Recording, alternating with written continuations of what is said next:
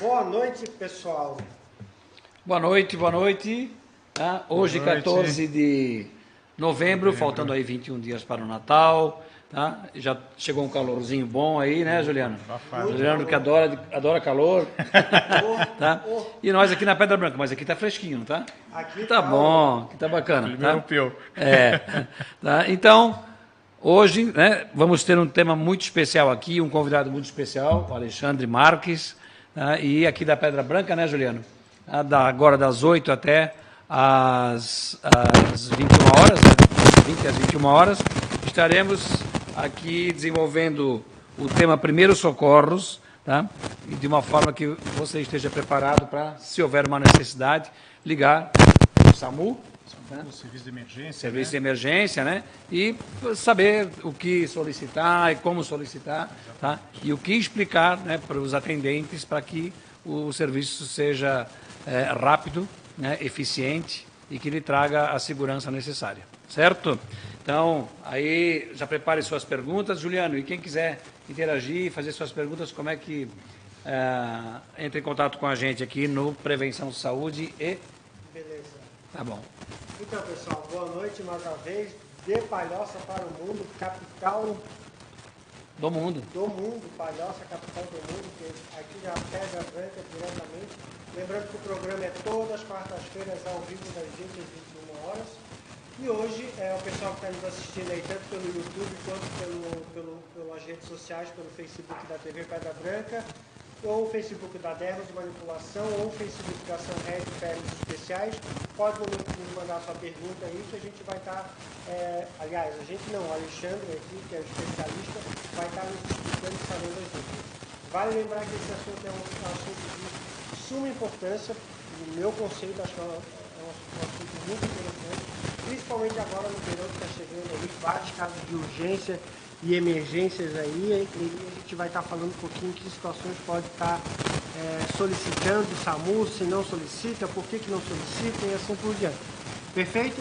Então curta, compartilhe, comente, deixe seu comentário, elogio, reclamação. Reclamação não, sugestão. A reclamação pode mandar direto para a TV Pedra Branca, o Felipe aí que é responsável, ele se vira aí nas reclamações. As coisas boas manda só pra gente, certo? Certo? E vamos chamar a nossa vinheta de abertura? Exatamente, aquilo que eu tinha sonho desde o guri pequeno, que era, eu falava pra mamãe. Meu sonho era, quando crescer, fazer isso. Produção, solta a vinheta.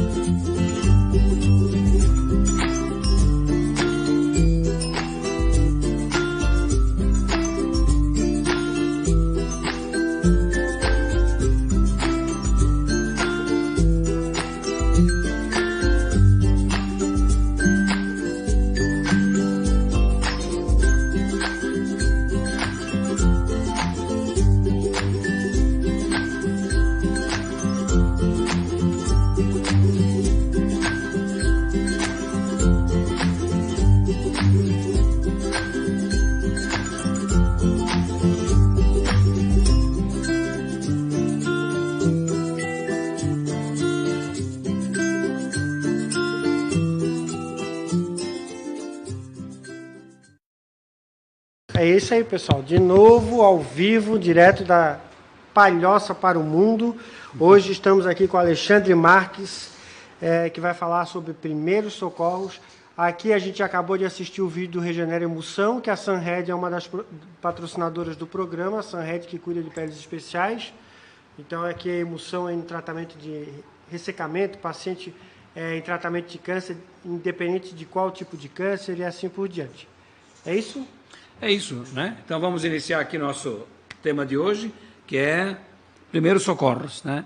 E informações para que você esteja preparado, né, Alexandre, para ligar, né, para as emergências e explicar o que está acontecendo com um familiar, com um conhecido, né, com alguém que você conviva.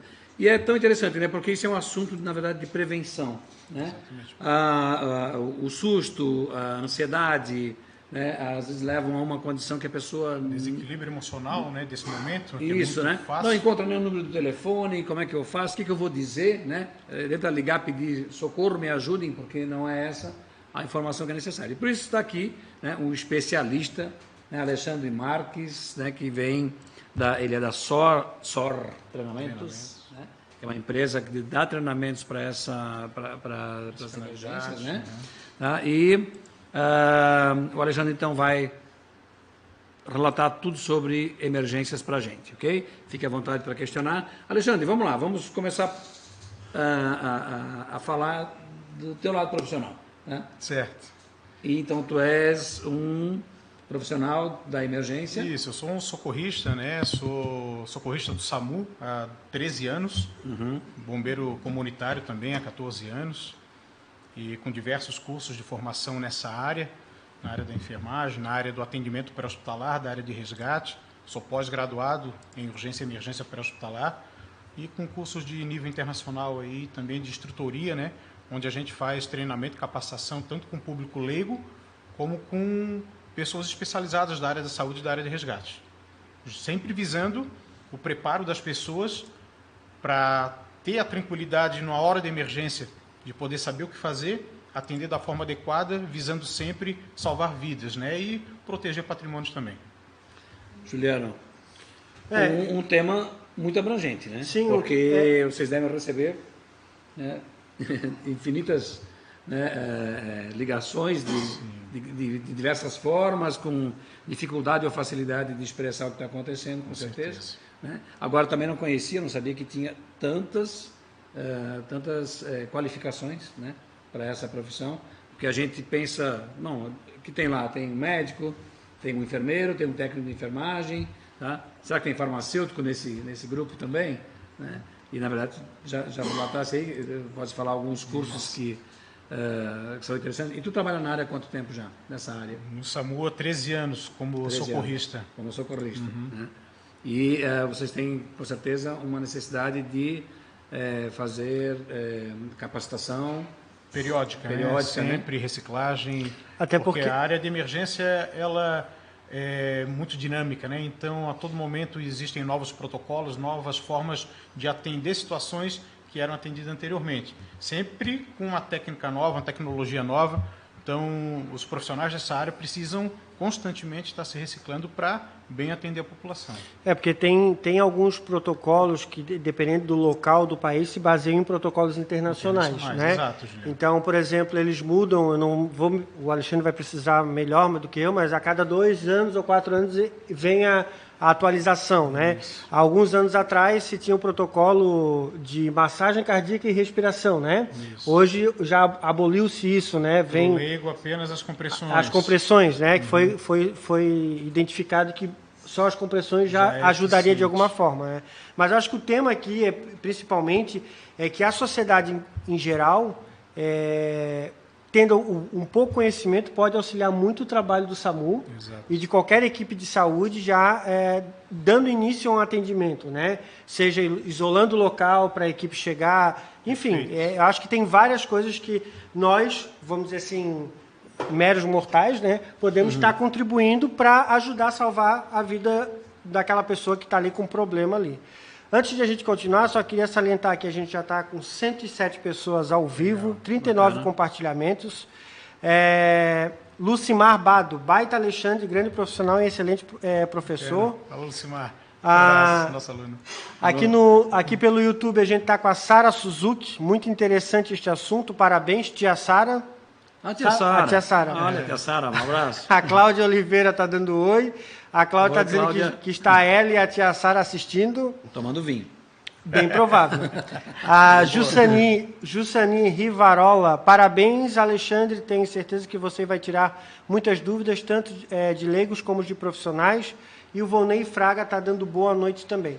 Então a gente está com um número bem bacana ali no canal do YouTube e também pelas redes sociais aqui pelo Facebook. Então continue aí comentando, mandando a sua dúvida, a sua pergunta. Né, Alexandre? Até a gente conversava antes do programa, eu sei que a gente não vai focar nisso, mas para ver como lá fora, em outros países, eles têm muito esse critério. Recentemente a gente foi à Espanha convidado para falar sobre os resultados da Sunhead e eu observei que lá, em vários locais públicos, tem o DEA. Desfibrilador externo automático, né? Então, na universidade, em vários locais, assim, me chamou muita atenção. De forma pública, né? Ali exatamente, na parede, e tem as instruções. Qualquer pessoa possa utilizar. E eu fiquei observando que tem as instruções ao lado de, né, em que situação a pessoa e de como usar. Há um tempo atrás eu fiquei sabendo que o Brasil estava querendo implementar isso, mas eu não sei quantos anda hoje, assim. Existem legislações estaduais um pouco mais fortes, por exemplo, em São Paulo. Toda estação de metrô em São Paulo tem o desfibrilador. E já aconteceram casos de pessoas sofrerem mal súbito, parada cardiorrespiratória, e alguém que tem conhecimento passou pelo local, fez uso do aparelho e conseguiu ressuscitar uma vítima.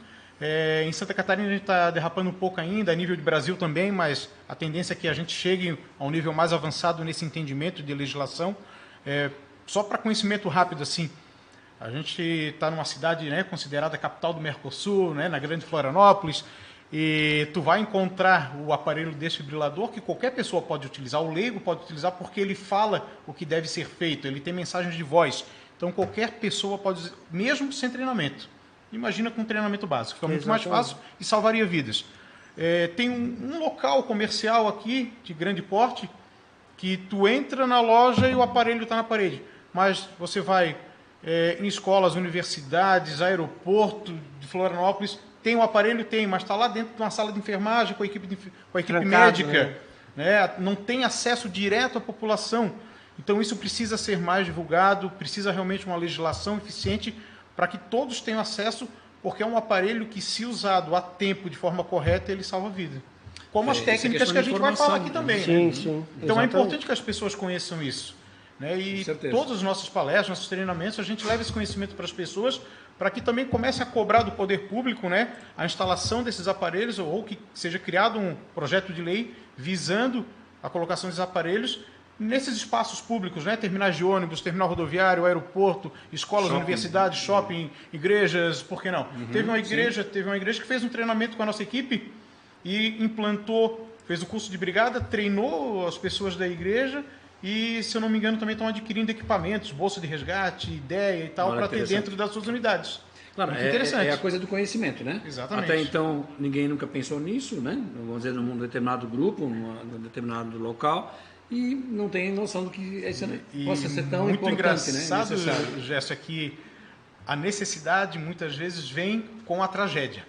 No Sim. Brasil é assim. Sim. Nós não temos no Brasil Trabalho a cultura de prevenção. Então, exatamente. Então, quando acontece uma tragédia, que uma pessoa importante, alguém querido, alguém daquela instituição venha a ter uma situação que possa vir a óbito, aí as pessoas começam a se conscientizar da necessidade daquele treinamento ou daquele aparelho preventivo.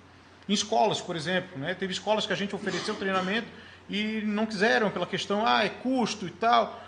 E aí esperaram morrer uma criança afogada na piscina da escola para fazer o treinamento dos professores em afogamento, em primeiro socorro. Eu acho que a questão da conscientização, na minha opinião pessoal, né, de primeiros socorros, do pré-hospitalar, né, o pré-hospitalar, se eu tiver errado, pode me corrigir, Alexandre. Pré-hospitalar, quando a gente fala, é aquilo, ocorrência do dia a dia, na rua, em casa, exato. É o que a gente, na área da saúde, chama de pré-hospitalar.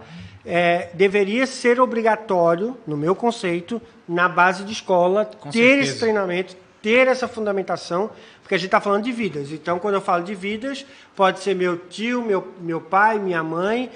Então, se eu tenho algum conhecimento, eu já consigo ajudar até a equipe de suporte avançado, ou coisa assim, que o Alexandre vai falar melhor, chega para dar continuidade a isso. Então, a gente está falando em tempo, né? Tempo-resposta. E tempo-resposta, exatamente. Né? E para algumas emergências, esse tempo-resposta ele é extremamente restrito. Né? Sim. Só para entender rapidamente, uma parada cardiorrespiratória ou um engasgamento, tu tenha no máximo 10 segundos para iniciar o atendimento. A partir de 10 minutos com falta de oxigenação cerebral é morte cerebral. Não existe mais possibilidade de ressuscitação, mesmo chegando a melhor equipe do mundo com os melhores equipamentos do mundo. Então, é uma situação emergencial que, se não for atendida naquele momento, a vítima não tem chance de sobrevivência mesmo com a chamada de socorro. Exatamente. E aí que vem o diferencial, uma pessoa preparada, Conhecimento ou da pelo população. menos é um conhecimento básico, já consegue fazer a grande para diferença. iniciar o atendimento até a chegada do suporte especializado, Claro. como o Juliano acabou de falar. Exatamente. Tá, Exatamente. e, Alexandre, o SAMU. O SAMU é uma instituição pública Atendimento de é do emergência Estado, hospitalar. tá? É uma parceria, municipal, né? Governo é federal. federal, estadual e municipal. Né? Está em todas as cidades, praticamente? Não tem em todas as cidades, mas Santa Catarina a gente conta com 100% de cobertura, porque às vezes a unidade daquele cidades são município próximas. cobre um município vizinho, né? Nas maiores cidades a gente tem todas, né? Mas nas pequenas cidades, por exemplo, município de Brusque cobre Guabiruba, Sim. que não tem a unidade, mas Brusque cobre a cidade vizinha e assim por diante. É porque trecho muito próximo. Guabiruba está no mapa do Brasil, né? Com certeza. um dos melhores restaurantes da nossa região está lá. Coisa boa. Né? Só reforçando ali, quando a gente fala que o Alexandre fala em tempo e resposta, a gente tem que ter a consciência que hoje a gente sofre com um trânsito pesado. Então, às vezes, imagina eles saírem para tentar salvar uma vida no rush de 6 horas, que hoje em Floripa não tem mais horário. Não tem mais horário de né? rush, né? É todo momento, né? Então, toda ajuda ela é bem-vinda quando está no local do que está ocorrendo o evento, que alguém consiga... preste o primeiro atendimento. Ajuda muito o paciente e a equipe também, né? Então, Exato. só para reforçar isso. Tá. Mas pode tocar. Alexandre, então, vamos mostrar aqui como é que acontece a situação. O SAMU tem uma equipe médica, tá? Uma equipe de profissionais de saúde. Isso. Né? Melhor, Multiprofissional. multiprofissional, né? E fica aguardando as chamadas. Então, normalmente é telefone. Isso. Isso. O acionamento gratuito pelo telefone 192, sempre via telefone. Via telefone, tá? Então, recebe um telefonema e como é que faz a triagem desse telefonema? Isso é muito importante explicar para a população, né? Primeiro, dizer para as pessoas que, apesar do caos instalado naquele momento, da dificuldade, daquela ansiedade, de uma cena crítica que tu vai encontrar no cenário de emergência, mas tentar ter um controle emocional, ligar para o serviço de emergência e passar algumas informações básicas importantíssimas. Por exemplo, qual o tipo de emergência que está acontecendo no local? É um desmaio? É um afogamento? É um acidente de trânsito? É uma queda? Informações desse evento, né?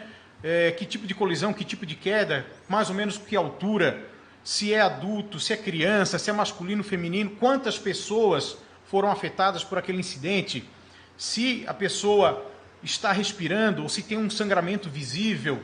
Essas informações são muito relevantes para o entendimento lá do médico regulador, porque essa ligação vai passar por um atendente que vai enviar para o médico regulador e o médico regulador vai triar a ocorrência. Então ele precisa de informações. E as pessoas às vezes ficam indignadas com o atendimento lá da central do SAMU, porque demora bastante, o médico faz um monte de pergunta. Ele precisa fazer essas várias perguntas justamente para entender a gravidade do caso e saber se ele vai enviar para o local uma ambulância de suporte básico, com um profissional condutor socorrista e um técnico de enfermagem socorrista, ou se ele vai enviar para o local um suporte avançado, com equipe médica, condutor socorrista, enfermeiro e médico socorristas, com todo o aparato de uma UTI imóvel. Ou se vai pedir apoio ao bombeiro militar, ou ao resgate da rodovia, ou algum outro serviço que possa também estar realizando o atendimento naquelas condições. Porque é um serviço conjunto, né? Quando a gente fala de acidente de trânsito com vítima presa em ferragens e vítima grave, a gente vai ter ali ou o resgate da rodovia ou bombeiro e SAMU atuando em conjunto. Para poder fazer o atendimento daquela vítima da melhor forma possível. Então é importante a pessoa ter calma nesse momento do acionamento de serviço, responder os questionamentos do médico, para que clareza das informações. Além das informações do incidente em si, é muito importante o local do evento, com um ponto de referência, tentar colocar o nome da rua, se é uma residência, um estabelecimento, o número do local, um ponto de referência macro e micro. Por exemplo, eu posso falar que nós estamos ao lado do bar do Zezinho. É difícil que a equipe que não mora aqui conheça, mas se eu falar que nós estamos próximo ao Passeio Pedra Branca, todo mundo já vai entender próximo à universidade. Já. Então, usando região. né, referências maiores para que a equipe possa chegar o quanto antes no local. O solicitante ele pode facilitar também o acesso, liberando o portão, trancando o cachorro, indo à rua, sinalizar para a equipe que vai chegar. Todas essas situações visam a antecipação do atendimento da vítima, que cada segundo é importante, principalmente quando é uma emergência grave. Então essas informações são importantes que as pessoas tenham esse conhecimento. Outro detalhe, a pessoa não precisa ficar nervosa, porque, por exemplo, uma situação crítica, uma emergência grave, se a pessoa passou o endereço e passou o que é, o médico vai continuar fazendo as perguntas, mas a tendência é que ele já esteja despachado a viatura para o local. Enquanto isso, ele vai colhendo outras informações para municiar a equipe de informações importantes para a hora que chegar no local já saber o que está acontecendo.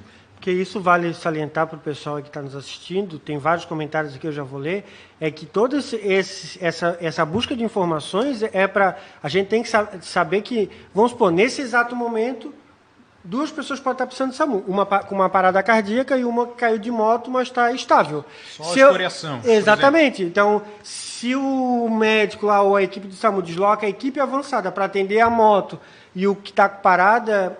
Então, exatamente. Então, a informação é necessária para isso. Para poder atender todo mundo da melhor forma possível. Até porque, Juliano, né, entrando já nessa questão da regulação médica, nem sempre toda solicitação da população para um serviço de emergência existe a necessidade do despacho de uma viatura.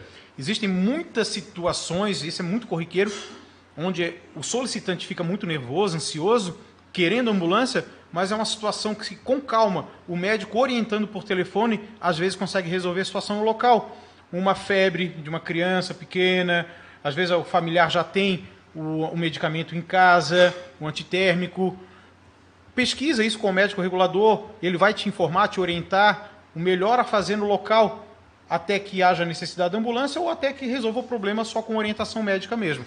Tá? Então, a regulação médica ela serve também para isso, como uma orientação das situações emergenciais que acontecem no dia a dia, não apenas para a obrigatoriedade do despacho de uma viatura para o local. E eu salientaria mais um detalhe que eu acho que de suma importância, que para as cidades que cortam BR, é pior ainda. Talvez o termo não seja a palavra pior, mas é porque assim, ali acaba ocorrendo acidentes de trânsito, né? Então a demanda acaba se tornando mais. Então, além de toda a cidade que o SAMU, vamos dizer assim, teria que estar cuidando, tem os acidentes de trânsito que em alguns casos são muito graves, que tem que mandar mais de uma viatura, né? Aqui, então, só reforçando aqui, ó. Rubem Neto, Alexandre, grande instrutor e ser humano. Aprendemos muito com você, urso polar. Valeu, Rubem. A Cláudia Oliveira diz que não é vinho, é espumante. Ótimo.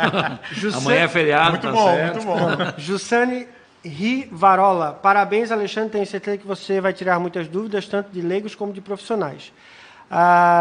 Ela botou aqui, tá? Sara Suzuki.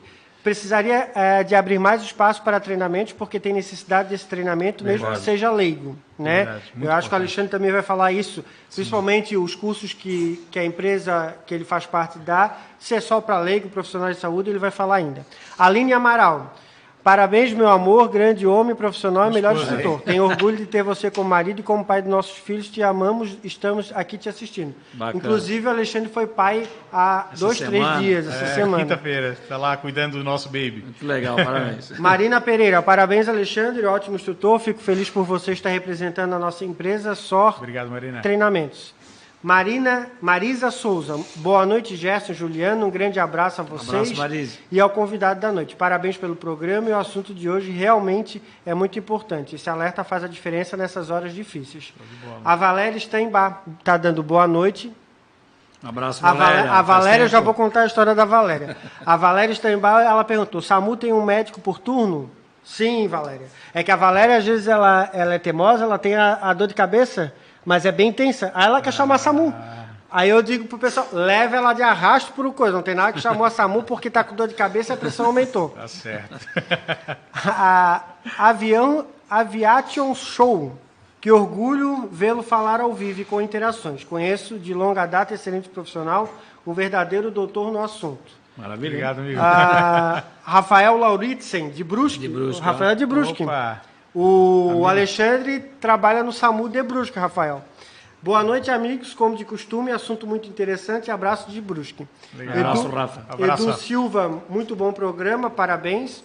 E aí a gente já passa aí dos 39 compartilhamentos, 115 a 130 pessoas em média só no Facebook, mais o pessoal que está nos assistindo pelo canal do YouTube. Bacana. Muito legal. Alexandre, vamos falar um pouquinho agora sobre as chamadas mais frequentes, os motivos mais frequentes das chamadas no SAMU. Certo. Né? O que normalmente o pessoal faz a solicitação de um atendimento? A gente tem de rotina os acidentes diários, né? Muitos acidentes de moto, está muito comum, até aliás, porque né, cada vez por mais conta do nosso trânsito difícil, as pessoas está crescendo muito o número de motos e, consequentemente, o número de acidentes de moto acaba crescendo também. E, diferentemente do acidente com o carro, a moto, o piloto é o para-choque, né? Não tem proteção. E acaba acidentes muito graves aí. E é uma rotina, acidente com moto, sempre, muito acidente de trânsito. Mas a gente também tem um número muito elevado de emergências clínicas. Então, entrariam quais, por exemplo? Uma hipotensão, né? Uma pressão baixa, com crise convulsiva, emergências psiquiátricas, a parte de depressão, tentativa de suicídio, intoxicação medicamentosa é muito comum. Também entra. Muito comum. Às vezes intencional. Sim. E às vezes não intencional, porque a pessoa faz automedicação e acaba se intoxicando. Interações, né? Isso, e é um acontecimento muito comum que o SAMU é acionado para isso. A gente vai até o local, se for uma emergência, faz lavagem gástrica ou leva até o hospital. Enfim, dá todo o suporte para o paciente ali. A gente encontra também emergências relacionadas aí, dependendo da época do ano, né? A questão de frio, de calor, a gente tem um estado aí com essas variações térmicas bem importantes. A gente está entrando agora no verão, a questão de afogamento nos rios, praias, aí já mais voltado ao atendimento do Corpo de Bombeiros, dos guarda-vidas civis, que tem bastante trabalho com esse pessoal no verão, né? O pessoal acaba não se cuidando, não fazendo a prevenção nesses locais e acaba entrando nesse tipo de emergência. A gente atende muito suspeitas de infarto, próprio infarto, acidente vascular cerebral, emergências respiratórias, que é muito comum com crianças, principalmente quando entra no inverno. Crise asmática e tal. E o SAMU é bacana porque nós temos as unidades, são medicalizadas, seja tanto suporte básico quanto o avançado, que é o UTI móvel com médico, e a suporte básico que não é com a presença do médico, mas ambas são medicalizadas. E a gente consegue chegar na casa da pessoa, fazer o medicamento e fazer o tratamento que seria feito dentro do hospital, na própria residência da vítima, e na maioria das vezes liberando ela no local. A maioria dos atendimentos do SAMU é resolvido no local da ocorrência. Vai para o hospital aquilo que a gente não consegue resolver de forma medicamentosa no local, ou que necessita de um exame de imagem ou de um procedimento cirúrgico, aí acaba indo para o hospital. O demais a gente resolve no local. Então é muito bacana que acaba também desafogando um pouco as emergências hospitalares, né? Exatamente. E como é que eu devo me comportar agora no lado de alguém que está caminhando numa rua que não tenha muita gente e de repente alguém tem um súbito desmaia, tá? Ou tem alguma lesão com sangramento? Como é que eu devo me comportar?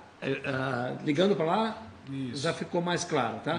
Mas como eu devo me comportar? O que eu devo fazer com essa pessoa? O primeiro contato com o paciente. Com o paciente, né? Isso é muito importante também. Muitas pessoas às vezes enxergam alguém caído na rua ou em algum local e antes de fazer qualquer tentativa de chamar a pessoa, de saber o que está acontecendo, chamam o serviço de emergência. Eu já passei como socorrista algumas vezes por essa situação de chegar no local, botar a mão na pessoa que está lá, teoricamente desmaiada, e a pessoa levantar dizendo que só estava descansando. Então, primeiro chegue na vítima, a gente faz, a gente chama de verificar o nível de consciência do paciente. Verificar se ele está acordado ou inconsciente. Então, toque na pessoa, toque os ombros dela com certa força, olhando para o rosto da vítima e falando em voz alta e com voz de autoridade. Senhor, está me ouvindo? Senhor? Para ver se ela apresenta alguma resposta. Sim. Se a pessoa abrir os olhos, se movimentou, por mais que não fale nada, mas já é sinal que está viva. Se falou, está respirando. As vias aéreas estão livres. Passagem de ar está liberada. Isso já é algo muito bom. Agora, se a pessoa não apresentou nenhum tipo de resposta, nenhum movimento, não abriu os olhos, não falou, não balbuciou, não gemeu, nada. Opa, aí a gente começa a se preocupar. nós temos uma pessoa inconsciente. Além de inconsciente, ela pode também não estar respirando e talvez não ter batimento cardíaco. Aí a gente precisa de um critério um pouco mais técnico de saber observar se essa pessoa apresenta uma respiração óbvia, apenas com a nossa observação, verificar se ela tem expansão do tórax, da região diafragmática, e num nível um pouco mais avançado com treinamento, a gente checaria o pulso, pulso carotídeo. Mas a maioria das pessoas não tem esse conhecimento. Então a gente diz, checa o nível de consciência e se tem respiração óbvia. Não apresenta resposta nem respiração óbvia, chama o serviço de emergência. O protocolo pede para que leigos, o Juliano falou de protocolo, e o protocolo em emergência cardiovascular, que quem cria esses protocolos a nível mundial, do qual o SAMU, bombeiro, hospitais usam como referência praticamente no mundo todo, é a American Heart Association, que é a Associação Americana do Coração, é de 5 em 5 anos, o último foi em 2015, o próximo em 2020. Eles falam o seguinte, para o leigo, verifica o nível de consciência, não respondeu, está inconsciente, pede auxílio, chama socorro, ou pede para que uma segunda pessoa chame, e se não respira, inicia as compressões do tórax, a famosa, a vulgo, massagem cardíaca. Apenas compressões. No centro do osso externo, com braços esticados, num ritmo de 100 a 120 compressões por minuto, até o resgate chegar e assumir o controle da situação. Comecei a fazer as compressões, o cara apresentou movimento, falou, gritou, qualquer coisa, para porque ele está vivo. Então, mesmo que a pessoa tenha batimento cardíaco, mas eu sou leigo, não sei verificar, se ela não apresenta resposta e não apresenta respiração, eu posso começar o procedimento. Se ela apresentar resposta, eu paro, se não, faço o procedimento até o resgate chegar. Mas, enfim, meu primeiro contato com a vítima é esse, é reconhecer o nível de consciência, se ela apresenta resposta ou ausência de resposta, certo, e a presença ou ausência de uma respiração óbvia. Isso que indica para mim uma vítima grave, a nível de como leigo.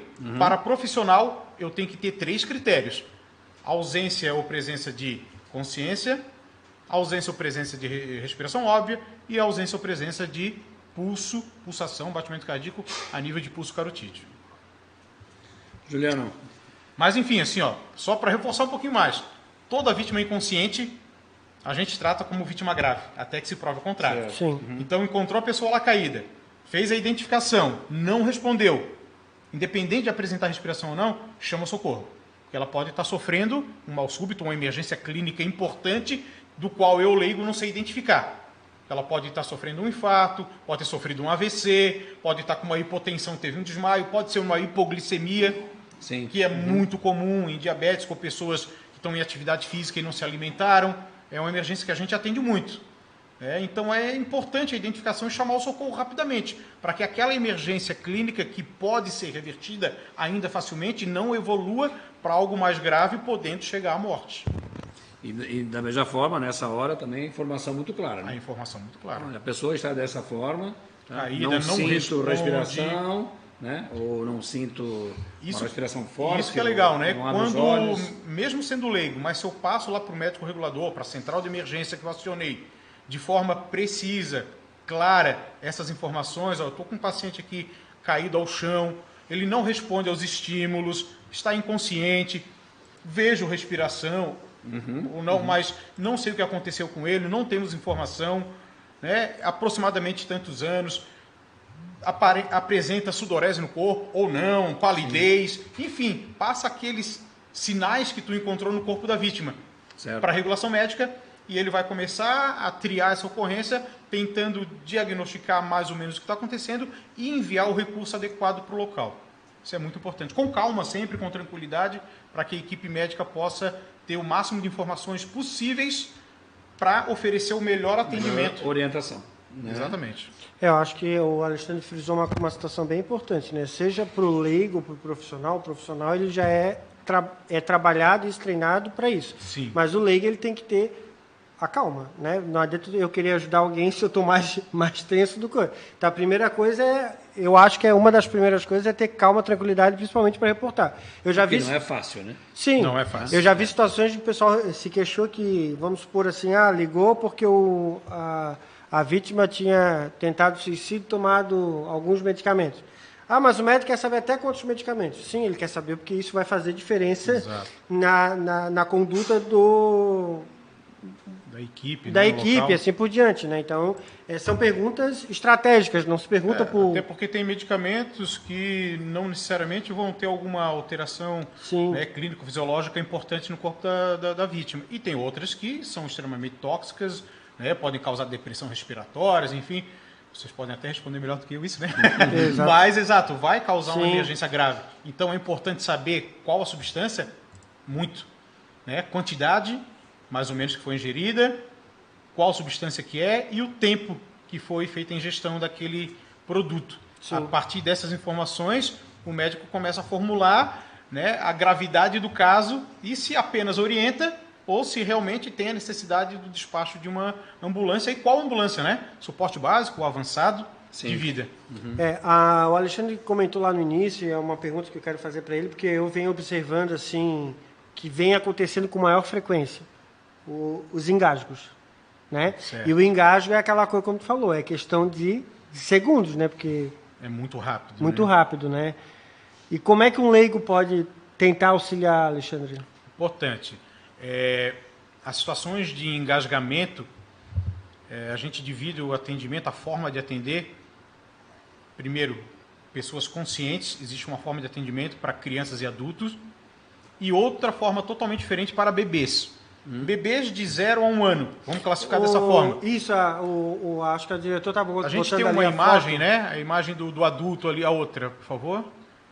Isso. Essa imagem, ela mostra para a gente, de forma bem simplória, mas eficiente, como que a gente realiza o atendimento para engasgamento de criança e adulto consciente, de 1 ano para cima.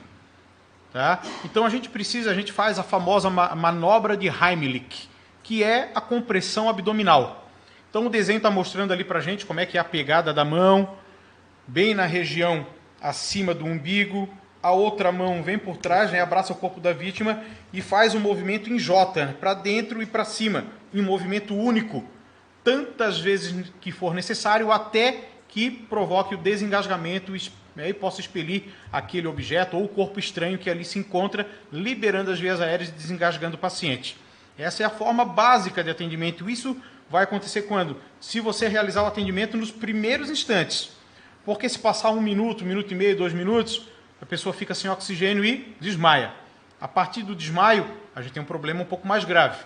É uma outra forma de atendimento, é igual às compressões da parada cardíaca, da massagem cardíaca, no peito, com as 2 mãos, em compressões torácicas, tá? 30 compressões com ventilação, mas é uma coisa muito mais técnica. Sim. Então, olha a importância de reconhecer o engasgamento imediatamente e atender imediatamente. Isso é muito importante. Eu tive um episódio, e eu sempre conto isso em todas as minhas aulas, minhas palestras, que aconteceu comigo e com meu filho. Quando meu filho tinha... Meu filho não esse que nasceu agora, né? Mas o que já tem 8 anos, quando ele tinha 2 anos e meio, o Heitor. Ele teve um engasgamento com uma bala. Nunca tinha chupado bala, estava na casa lá da minha mãe e tal, foi dado uma balinha para ele, a gente assistindo TV, um desenhinho. Quando eu olhei para o lado, eu vi que estava muito quieto e sem som nenhum, que é uma característica do engasgamento total. A obstrução total da via aérea, ela não provoca nenhum tipo de som, diferente da obstrução parcial, que tem um chiado, uma rouquidão, ainda passa um pouco de ar. Sim. Tu ainda consegue evoluir por um tempo maior. Agora, a obstrução total é rápido. E quando eu olhei isso, né, pasmem, mais que já era instrutor, profissional da área há tempo e tudo mais, mas quando é o nosso, a coisa é diferente, né? Sim. Eu tive um pequeno desequilíbrio emocional ali de segundos, 3, 5 segundos. A minha resposta foi chamar pela minha mãe. Estava na casa da mãe, a mãe não socorre a gente sempre, chamei pela mãe. A mãe não apareceu, eu tive que agir. Botei o pequeno no colo, fiz a manobra de compressão abdominal, a primeira manobra ele jogou a bala longe, voltou a respirar, ficou tudo bem ali. Então, eu senti na pele. É uma manobra feita apenas com as mãos e com a tua observação, que se bem aplicada, no momento certo e rápido, salva a vida. E morrem pessoas, crianças, adolescentes, adultos, bebês, porque os pais, os amigos, os familiares que estão ali ao redor daquela pessoa, naquele momento, não sabem fazer essa manobra simples. E quando chega a ambulância, fatalmente vai levar mais de 10 minutos, dependendo da localidade, não tem mais o que fazer com a vida daquela pessoa. É uma tristeza. Sim. Então, por isso a importância daquilo que foi comentado por vocês aqui no início, a importância do leigo receber treinamento, a importância de oferecer treinamento de primeiros socorros como educação básica já lá na educação inicial, Exato. né? Primeiro, segundo aninho, educação infantil, a criança já precisaria aprender isso aí.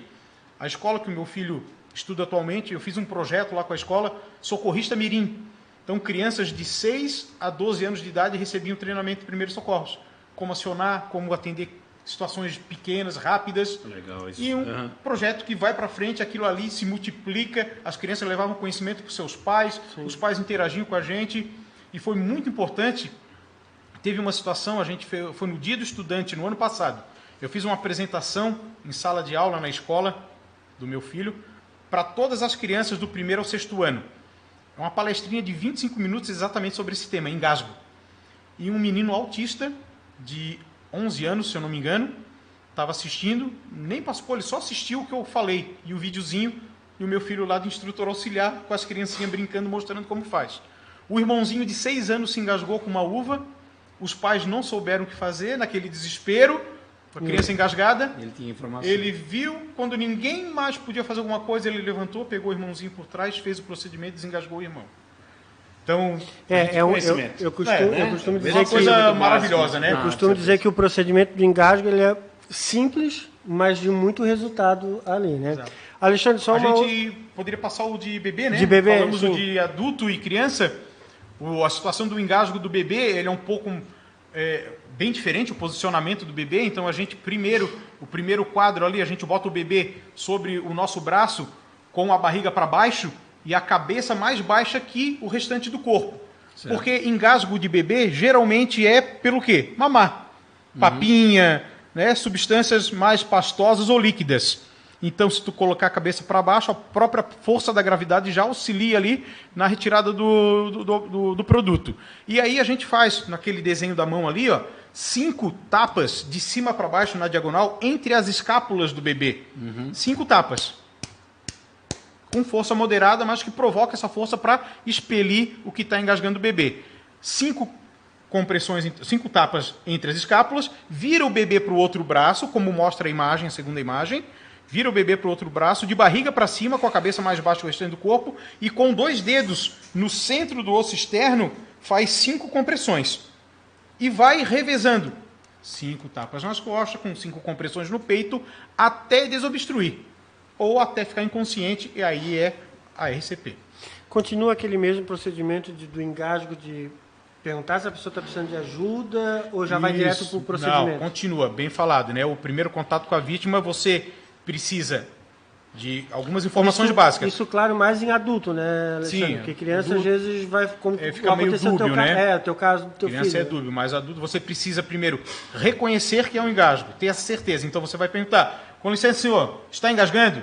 Por mais que pareça, né, é um absurdo perguntar isso, mas precisa. Às vezes a pessoa está fazendo uma brincadeira com o grupo dele lá. Exatamente. Então se interfere e provoca um mal-estar. Então confirma o engasgamento. Está se engasgando? Sim.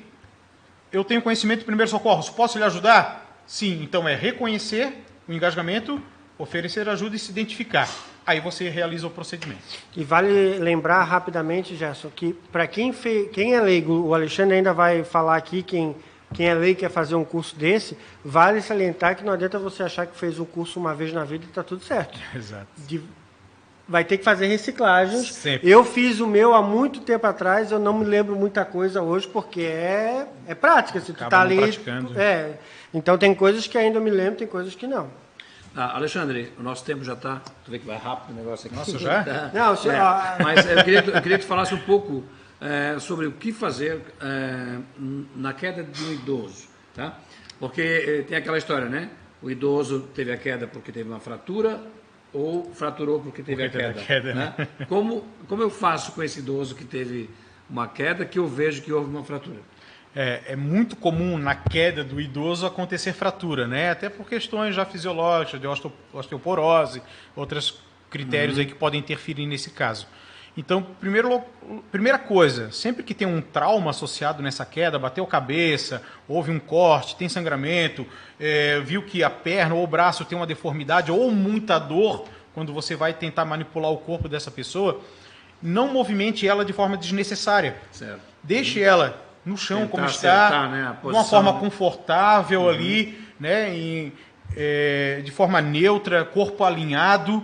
Se tem uma hemorragia, vai ter que estancar a hemorragia, obviamente, né? Controlar o sangramento, verificar se está respirando, manter as vias aéreas abertas. Se houve suspeita de lesão na região da coluna, principalmente parte alta de cervical, manter uma estabilização manual da cervical até a chegada do socorro, para que eles possam proceder o atendimento de forma correta, porque vai precisar de uma imobilização, né? É muito comum fraturar o fêmur, né? Cabeça do fêmur, então vai precisar a imobilização desse local. E a gente não pode, então, levantar, botar na cama, porque é mais confortável.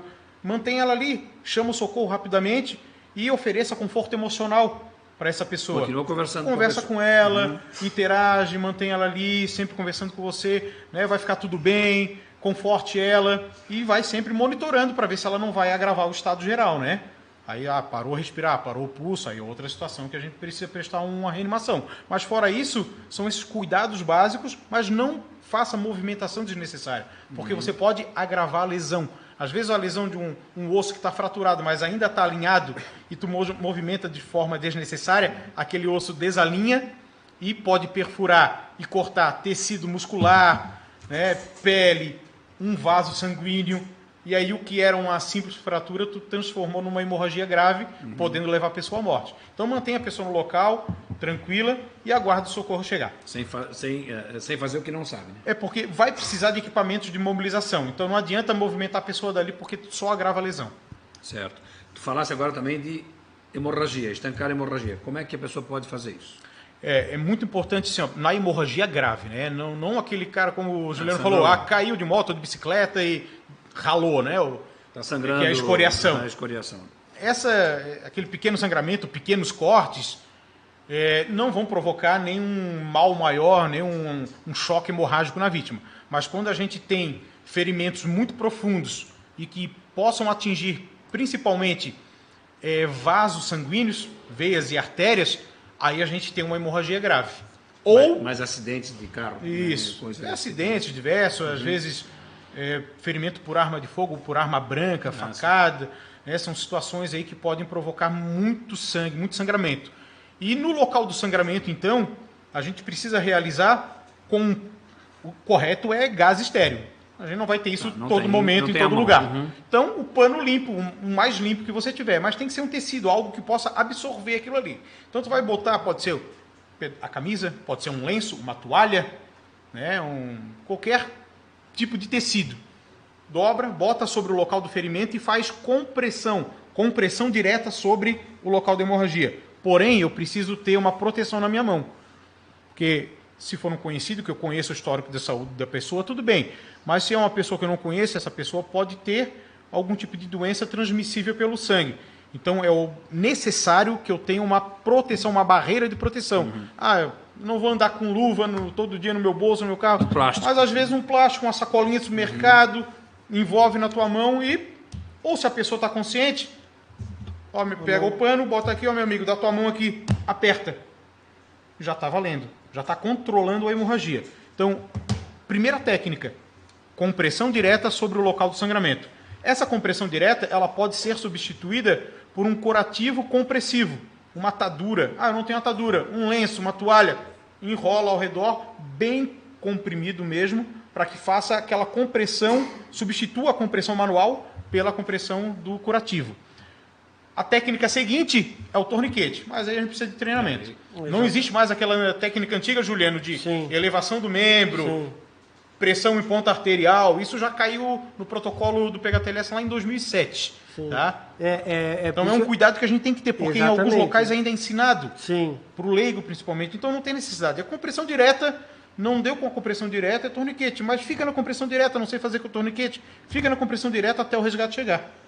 Tu já consegue diminuir a quantidade daquele sangramento, daquela hemorragia. E às vezes é o suficiente para salvar a vida de uma pessoa. Eu acho que a grande mensagem que fica assim, para quem fez um curso desse há muito tempo atrás, se reciclar, né? Exatamente, muita coisa desandou. Então, né, se tinha aquele conceito de foi picado pela cobra, chupa ali, suga. Furar e sugar, né? Então, também não existe. Muitas coisas foram caindo, ou nem existiam, eram mais crendice e assim por diante. Então, Aí entra a questão do limiar ali para salvar vidas, né? Vamos lá, só vou ler rapidamente aqui, que tem algumas perguntas para o Alexandre. Rubem Neto, Alexandre, quais os cursos básicos que um leigo pode fazer para ter uma capacitação básica, para ter o mínimo de conhecimento, para saber o que fazer em situação de crise de acidente? O Alexandre já vai falar dos cursos e assim por diante. Já respondemos aí, Rubem. Francine Machado, parabéns, Alexandre, um excelente profissional, grande instrutor. Valeu, Fran. Aviation Show, grande aula sobre APH ao vivo, parabéns, meu mestre. Fausto Júnior Medeiros, grande profissional. Fala, Fausto. Orgulho para meus amigos de infância e seus alunos. Continue sempre assim, ajudando as pessoas. Fraterno abraço. Subtenente Fausto Justo Medeiros, instrutor do APH Tático da Polícia Militar de Santa Catarina. Instrutor de APH aí na Polícia Militar, nossa grande Polícia Militar. Obrigado, meu irmão. Tamo junto. Bacana. Jussane Rivarola. Alexandre, em caso de afogamento com crianças, como leigos, como devem proceder? Jussane, não sei se a gente vai conseguir responder hoje, mas eu acho que cabe o Alexandre em outros programas aqui para a gente abordar assuntos. Obrigado, Jussane. Já serviu para convidar para um próximo, né? Então, Elizabeth Pereira Borges. Sou aluna do curso Socorrista Lages, da equipe SOR, aprendendo sempre. Bacana. Marisa Souza. Socorrista Mirim está aí uma excelente ideia que deveria ser implantada em todas as escolas. Deveria mesmo. No Facebook a gente tem o Rafael Lauritzen, de Brusque lá, ele botou top, Alexandre, Brusque muito bem servido, serviço aqui espetacular, parabéns. Valeu, amigo. Marco Quintão, lá de São Paulo, parabéns pelo assunto de extrema utilidade, esse tipo de iniciativa salva vidas. Lucimar Bado, como nas aulas essa entrevista me ajudou mais ainda, parabéns ao programa e ao nosso mestre grande monstro nas aulas. Valeu, meu amigo. É isso aí. Obrigado. É isso. Tá, Alexandre, então como eu falei anteriormente, o nosso tempo vem passando muito rápido. Uma pena, né? Uma pena, mas o assunto é bom e passa já, rápido. A sugestão está aqui e está aceita, Legal. tá? Vamos voltar aqui. Vamos falar dos SOR treinamentos. Ok. Tá? Possibilidades de cursos, o que está acontecendo e o que oferece a SOR treinamentos de oportunidade para as pessoas. Tá? Isso, bacana, né? Está aí a logo da nossa empresa, SOR Treinamentos, o SOR Sobrevivência, Orientação e Resgate. É uma empresa nova aqui na Grande Florianópolis, inaugurada em maio, a junção de alguns instrutores e profissionais super gabaritados na área. Já experientes, né? Experientes, totalmente, já de tempo de instrução e de grandes cursos de formação. Nós conseguimos formar um grande corpo de instrutores e com essa visão de realmente oferecer para os nossos alunos uma formação eficiente. Não preocupado com que ele saia dali, apenas pague o curso e saia com o certificado. Não é isso que a gente quer. A gente quer que ele saia dali sabendo salvar vidas e se torne uma pessoa melhor no seu dia a dia. Então, é uma empresa que a gente trabalha... Pode passar a próxima imagem ali. A gente tem uma gama de cursos, desde os cursos da área de segurança do trabalho, as NRs, com profissionais formados nessa área. Eu também tenho formação nessa área, sou tecnólogo de saúde e segurança do trabalho, temos outros técnicos de segurança do trabalho. Temos curso de suporte básico de vida, que é justamente nessa parte de reanimação cardiopulmonar, vítimas com engasgamento. É um curso de 2 dias focado com material internacional, com material da American Heart Association, muito bacana. Temos curso de atendimento ao politraumatizado com ênfase só em acidentes de trânsito, primeiros socorros nas escolas, e aí vai um alerta para o pessoal das escolas, pais, cobrem dos gestores escolares o curso de formação nas escolas, porque é muito triste a gente ver uma emergência com a criança e por falta de conhecimento do seu corpo docente que não tem o preparo para atender uma criança com um incidente escolar. E que deve ser frequente. Por isso que esse projeto do Socorrista Mirim é muito bacana. Temos aí também curso de bombeiro civil, temos cursos na área de enfermagem, de coleta de material biológico, cuidador de idosos, tratamento de feridas. Tratamento de feridas a gente pode até fazer uma parceria aí com certeza. Com o material de vocês, bacana. E nós temos o nosso carro-chefe hoje, que é o curso de socorrista profissional. Pode mostrar a próxima imagem. Está aí o curso de socorrista profissional, ele atende a uma portaria do Ministério da Saúde para a formação de socorrista no Brasil. Para todos os profissionais que querem trabalhar no atendimento pré-hospitalar, ele precisa ter a formação específica em APH. E a gente oferece essa formação. Então é um curso reconhecido a nível nacional, tanto pela questão da educação, na Secretaria Estadual de Educação, como a nível do Ministério de Saúde, que é um curso totalmente regulamentado. E a gente já tem algumas turmas, turma em Lages, aqui em São José, estamos abrindo turma em Garopaba, tentativa de abrir turma em Rio do Sul, turmas diurnas, noturnas. Então o pessoal pode entrar em contato aí, nosso site é o sortreinamentos.com. Tá? Nós estamos instalados aqui na Fazenda do Max, em São José, na rua geral da Fazenda do Max. Quem tiver interesse pode chegar ali, conhecer a nossa estrutura. Os cursos são ali e também em outras cidades, né? Daí a gente coloca outros espaços. Tem um que a Valéria lá da Demos já botou aqui que ela quer fazer, que é aquele de resgate que fica 3 dias na selva. Ah, isso. A Valéria disse que quer passar. A Valéria quer passar 3 dias na selva. Esse é o curso que deu origem à empresa. Na verdade, a gente criou um curso, o Sobrevivência, Orientação e Resgate, que é o SOC, é um curso de 3 dias em ambiente de selva, com todas as possibilidades de resgate em difícil acesso, ambiente aquático. A gente simula uma queda de aeronave com 20 vítimas no meio da floresta, as equipes têm que fazer o resgate. Enfim, é um curso sensacional, com ofidismo e várias técnicas de salvamento. E dali houve essa junção de instrutores qualificados aí e saiu a empresa aí do forno, né? E agora a gente está com um nível profissional fazendo esse treinamento para leigos e para profissionais. Então a gente tem o curso Primeiros Socorros básico para leigos, como a gente tem um curso socorrista que é um curso profissionalizante, e desde também cursos específicos para profissionais da área. É uma série uma gama de treinamentos específicos aí que vale a pena quem tem interesse em se reciclar ou ter o conhecimento na área e estar preparado para o atendimento de uma emergência, tá? Pode contar com a gente aí, a gente tem uma equipe qualificada pronta para atender vocês. E o que vocês têm, por exemplo, de treinamentos rápidos, né? Assim, rápido que eu digo um dia, né? Para empresas, não na área de segurança do trabalho, mas na área de primeiros socorros mesmo. A gente tem, por exemplo, a formação de brigada de incêndio, né? Formação de brigadas. Até é uma legislação, né? As empresas elas precisam pelo menos 2% do seu corpo funcional ser treinada como brigadista voluntário. Tá? Isso é uma legislação, uma obrigatoriedade. E a gente forma, então, a gente tem a formação de brigada básica, intermediária e avançada, que pode ser ali 4, 8 horas de formação. Então, a gente consegue dar a formação tanto em primeiros socorros básicos, como prevenção e combate a incêndio, que é aquele treinamento básico, mas que já prepara o profissional para que ele tenha um conhecimento mínimo para prestar o atendimento até o resgate profissional chegar. E para o Alexandre, 2 coisas que eu queria só salientar aqui.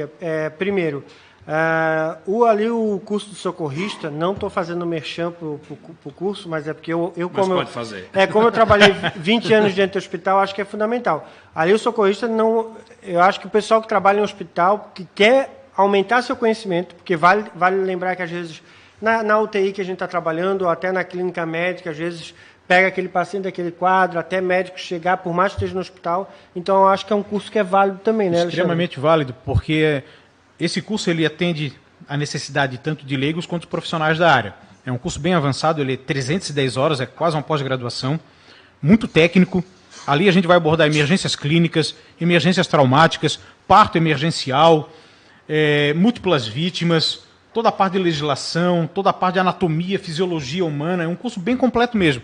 Nós temos, inclusive, muitos alunos que já são técnico-enfermagens, que trabalham no intra-hospitalar e querem agora ingressar, trabalhar na ambulância do SAMU, no resgate. Temos enfermeiros, alunos, já tivemos alunos médicos, policiais, bombeiros, profissionais, estudantes da área de enfermagem e leigos que querem mudar o seu quadro profissional e sair da sua atuação profissional e entrar para a área de resgate. Que a gente diz assim, depois que entra, é um vício, é uma cachaça, a galera fala, porque realmente gosta, porque é algo bom, né? Tu tá ajudando alguém. Claro, e no momento mais difícil da vida daquela pessoa, e tu tendo esse conhecimento básico, às vezes tu consegue ser a diferença entre a vida e a morte daquela pessoa. Então é um conhecimento que eu falo para as pessoas sempre. Não venha até para o curso pensando que eu vou ser um socorrista profissional, vou trabalhar numa ambulância de resgate. Bacana, isso é mérito teu se você conseguir. Uhum. Mas o que você vai conseguir aqui dentro, aprendendo esse conhecimento, é conhecimento para a tua vida. Em algum momento da tua vida, tu vai ter oportunidade de fazer a diferença na vida de alguém, salvando a vida daquela pessoa. Então vale muito a pena. Com certeza, alguns daqueles conhecimentos que a gente precisa ter na vida. Existem alguns, né? Básicos. A boa convivência, a educação do trânsito, entre outras, o direito do consumidor, são coisas básicas do nosso dia a dia que a gente precisa ter conhecimento. Agora, os primeiros socorros também, eles fazem diferença na vida das pessoas. Exatamente. Com certeza. Juliano, chegamos no final. Tem mais alguma pergunta que ficou pendente? Não, acho que faltou tempo, mas acho que Com certeza faltou tempo. Eu tive umas ideias aqui, depois vamos agendar outra. Depois eu falo com o Alexandre aqui. Eu gosto muito desse tema, principalmente a gente que vive numa localidade que vem muito turista. Verdade. E acho que aí ser humano é ser humano, independente de nacionalidade, independente de região, a gente tem que estar sempre disposto a ajudar. Com certeza. E eu acho que cabe muito aí, porque a gente acaba agregando valor até moral para a gente mesmo nessa questão. Então eu sou suspeito a falar, porque como eu trabalhei 20 anos dentro do hospital, eu gosto muito dessa coisa de ajudar o próximo. Mas eu já tive algumas ideias, depois eu vou falar com o Alexandre nos bastidores para a gente costurar isso e a gente ampliar, mas eu acho que já fica aqui a sugestão, a não ser que o pessoal que está nos assistindo aí não queira o Alexandre novamente, então fica, favor, né? eu acho que fica aí, o pessoal que está no Facebook ou no YouTube, bota aí hashtag quero Alexandre. Quero Alexandre. Não, mas aí vai arrumar confusão em casa. É verdade.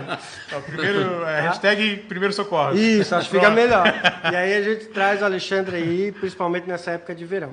É isso? É isso, né? Alexandre, só para finalizar, muito obrigado pela tua presença. Obrigado com a vocês. Certeza, objetivos atingidos aqui, de trazer a informação para tanta gente, né? E que acabam utilizando ou se interessando pelo assunto também, né? Verdade. Buscando se aprofundar, né? E ter essa tranquilidade necessária para quando houver uma ocorrência dessa poder preparo mínimo, auxiliar, né? Da melhor forma possível, né? Deixa o teu contato novamente, por favor. Tá? E também qualquer necessidade, né, Juliano? O pessoal da TV Pedra Branca aqui tem o também, contato do Alexandre, pode estar passando também. O meio de campo aí. Isso. Então pessoal, em primeiro lugar, agradecer, né, o convite aqui do Grupo Dermos da TV Pedra Branca de estar participando desse evento. É muito importante o que vocês estão fazendo hoje, de estar levando ao conhecimento das pessoas, principalmente do público leigo, um pouco mais de entendimento sobre essa área da emergência, sobre a área dos primeiros socorros, que é algo tão importante. A gente perde vidas, às vezes, de entes queridos por uma situação boba que a gente não sabe o que fazer. Que algo tão simples que fosse feito de forma técnica, nós salvaríamos a vida daquela pessoa que a gente gosta. E ajudar o próximo, como o Juliano falou, a gente sempre frisa muito isso nos nossos treinamentos. Ontem, inclusive, nós fizemos a aula inaugural de mais um curso de socorrista aqui em São José, e ao final da aula eu ainda passei um vídeo e mostrei para os alunos. O final do vídeo ele fala, existem anjos que usam asas e outros que usam uniformes. Então eu sempre digo para as pessoas, sejam anjos na vida das pessoas, façam bem, faça algo para ajudar o próximo, e nessa área de emergência, com o conhecimento, a gente consegue ajudar muita gente. Então é muito importante. Então a empresa SOR Treinamentos, uma empresa que tem como missão capacitar pessoas e salvar vidas. Esse é o nosso lema, é a nossa missão. Profissionais extremamente dedicados e qualificados na formação e capacitação de pessoas, visando esse objetivo de capacitar pessoas para salvar vidas. Pesquisem aí, nós temos o nosso canal também no YouTube, no Facebook. É só botar lá Equipe SOR ou SOR Treinamentos. No Facebook tem a nossa página. Curte lá, adiciona o nosso grupo, ali é lançado e informado todos os nossos cursos através desse canal. Nós temos o nosso site também, sortreinamentos.com, então o pessoal pode acessar, ali também tem o descritivo e as informações de todo o nosso curso, nosso e-mail, sortreinamentos@gmail.com, o pessoal pode estar entrando em contato e a nossa equipe vai tirar todas as dúvidas e venha fazer um curso de capacitação, venha ser um socorrista, venha ser um SOR, e venha ser um anjo na vida das pessoas aí. Nós estamos prontos a participar dessa formação de vocês. Muito legal, tá? Muito obrigado. E para os proprietários de empresas, os gestores, né? Também. Quem sabe uma forma de dar um presente diferente, levando um curso desse, né? Essas informações para os seus profissionais, para a sua equipe de trabalho, né? Importante frisar, Gerson, como eu falei lá na questão das escolas, sempre levam a capacitação, geralmente, né? Pensa-se na capacitação como custo. Mas não é um investimento. Para cada R$1 investido em capacitação, em prevenção, você economiza R$4 na reconstrução. Então, olha a importância. Não é prejuízo, é investimento. Com certeza. Além de salvar o teu patrimônio, tu preserva vidas. Muito Isso bacana. não Isso tem não tem preço. preço. Não tem preço. Verdade. Alexandre, muito obrigado. Obrigado a vocês. Juliano, vamos encerrar. Obrigado, pessoal, pelo Até carinho aí. quarta-feira que vem, então, tá? Estaremos aqui com a professora doutora Liliane Grando e nós vamos falar de odontologia, mas numa área muito especial. Bacana. Certo? Obrigadão. Obrigado, até pessoal, a próxima parabéns. e volta aí. Tamo Tá? junto. Boa Com noite. certeza. Valeu, Obrigado. Valeu, pessoal. valeu. Até a próxima quarta-feira, Boa pessoal. noite. Obrigado. Abraço.